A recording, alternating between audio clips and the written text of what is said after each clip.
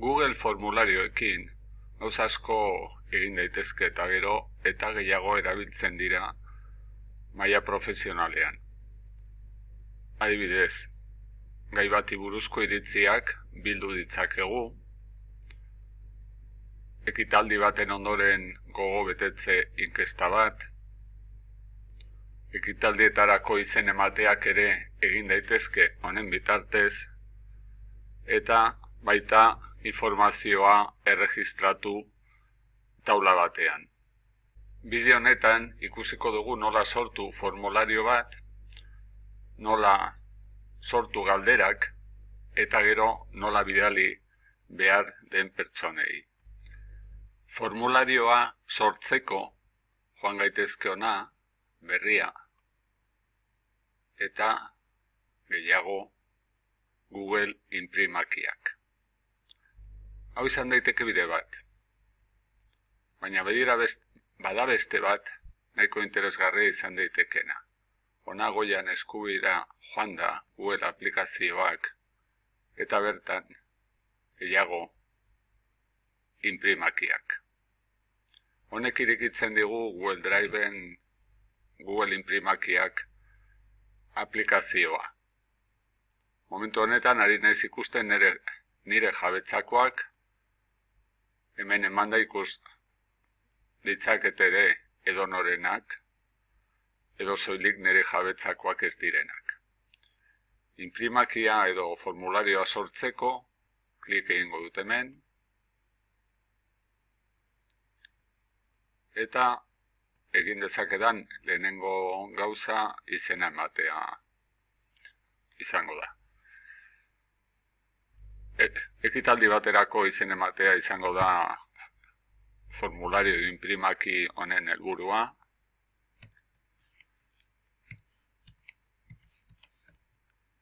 Izen ematea izena emango diot. Hau da formularioaren izena, eta hemen goian edukiko dudana izango da fitxategiarena. Fitxategiaren izena izan daiteke berbera. Bertan klik eginda hartuko du izen hori, baina nik ere hau aldatu nezaken. Adibidez, ekitaldirako izen ematea. Utz dezaket honela. Hemen azpian, izenaren azpian, azalpena. Azalpena izan daiteke nahi dudana. Baldin bada izen emate bat, kasu honetan, datuen babeserako legeak eskatzen dizkidan gutxienezkoak bete beharko nituzke hemen. Adibidez esan, datu hauek soilik erabiliko direla ekitaldi honetarako, eta ez beste zertarako, eta behin eginda ezabatu egingo direla. Behin izena jarrita, azalpena idatzita, aurre jarraitu baino lehen, itxura ere aldatu dezaioket, hala nahi badut. Hemen goian, ikusten dut, hola ikon honetan, alda dezaioke dela kolorea, baina ez soilik hori. Hemen izkinak honetan klik eginda, eskaintzen dizkit itxura ezberdinak. Hemen ikus ditzaket batzuk, eta hauxe emango dit. Hautatuko dut, eta hau izango da nire formulario honen itxura. Orain, galderak sortuko ditugu. Lehen galdera izena izango da. Hemen ikus dezakegu hemen eskubian, badirela hainbat galdera mota ezberdin, eta lehenengo galdera bera idatziko dugu, izena. Ikus dezakegu proposatu egiten digula erantzun laburra motakoa izatea. Zer idazten dugun hemen, batzuetan hemen proposatuko digu bat edo beste. Hau hobeto egiten du gaztelaniaz edo ingelesez euskeraz baino hainbat kasuetan. Nahi baldin badugu informazio gehiago eman, deskribapena idatz dezakegu. Adibidez kasu honetan, N-A-N-en agertzen den moduan. Eta kasu honetan, derrigorrez datu hau eman beharko danez, hemen jarriko dugu derrigorrezkoa. Eta aurrera jarraituko dugu. Bigarrena adina izango da. Kasu honetan ere proposatzen digu erantzun laburra. Ongi. Hau, derrigorrezkoa ez bada, horrela utz genezaken. Hirugarrena, posta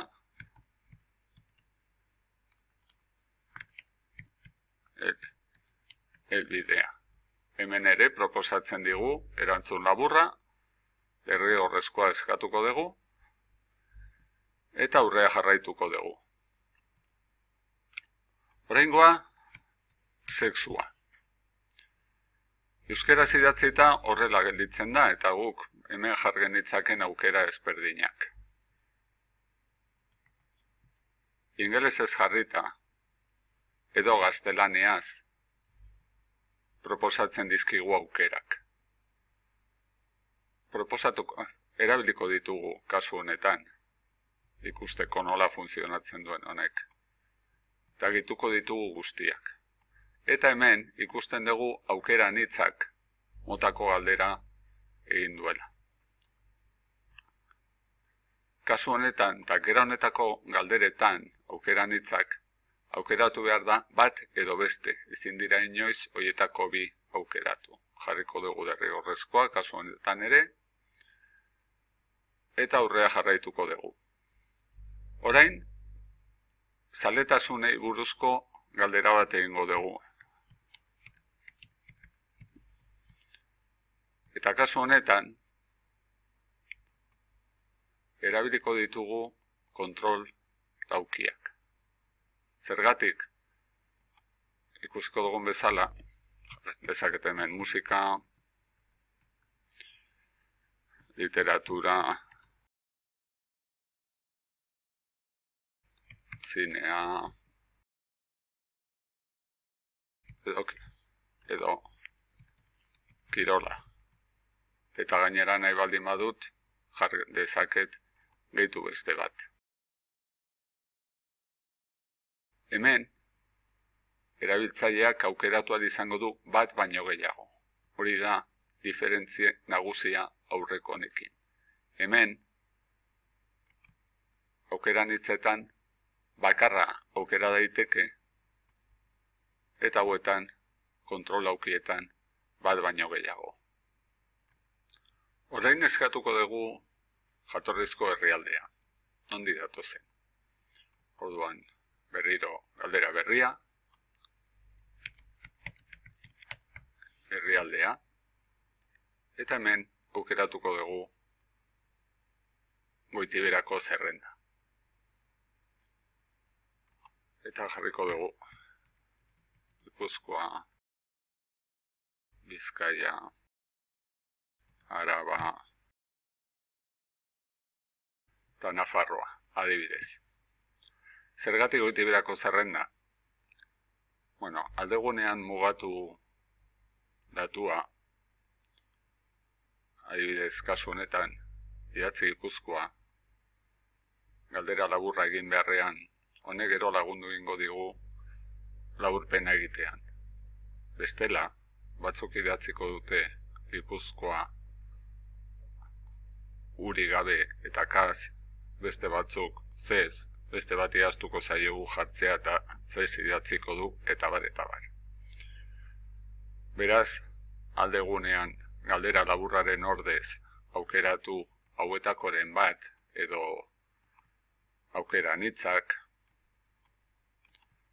kontrol aukiak, edota Goitiberako zerrenda hobe da horrela egitea. Hurrengoan, eskatuko dugu iritzia zerbaiti buruz. Kasu honetan, iritzia Donostiako parkez. Iritzia eskatzeko baditugu bi motako galderak, eta lehenengo honetan aukeratuko dugu aukera anitzeko sareta. Zergatik eskatuko dugulako iritzia bi parametro ezberdinei buruz. Lehenengoa, parken itxuraz.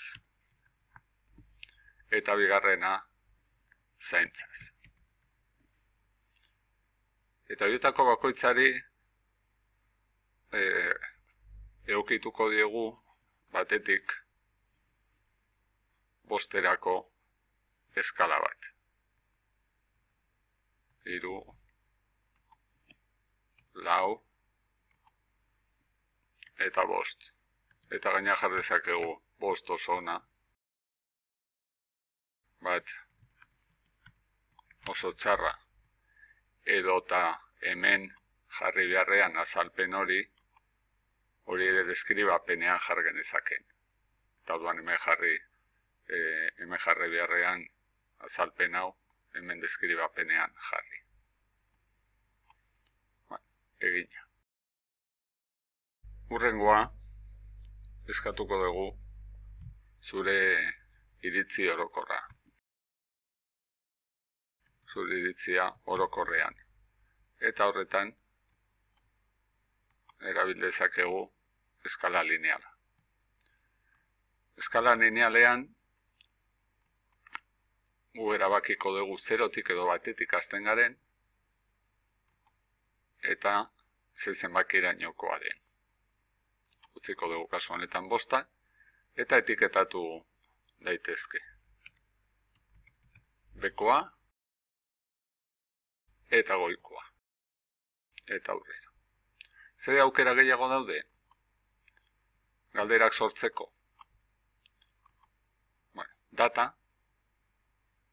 ordua, eta kargatu fitxategiak. Eskatu dezakegu fitxategi bat igotzeko. Eskatu dezakegu data, jaiotze data adibidez. Hau sartzen dugu, eta jaiotze data. Jaiotze data, eta hemen daukagu urtea, hilabetea, eta eguna. Eta horrela utziko dugu inprimakia. Orain bakarri falta da formularioa bidaltzea. Bidali baino lehen, aldaketatxo bat egingo dugu ezarpenetan. Hemen daukagu ezarpenak, eta hemen baldin baditugu hainbat aukera orokor. Eta lehenengoa da, hemen aukeratuta dagoena, mugatu EASO Politeknikoa domeinuko erabiltzailetara.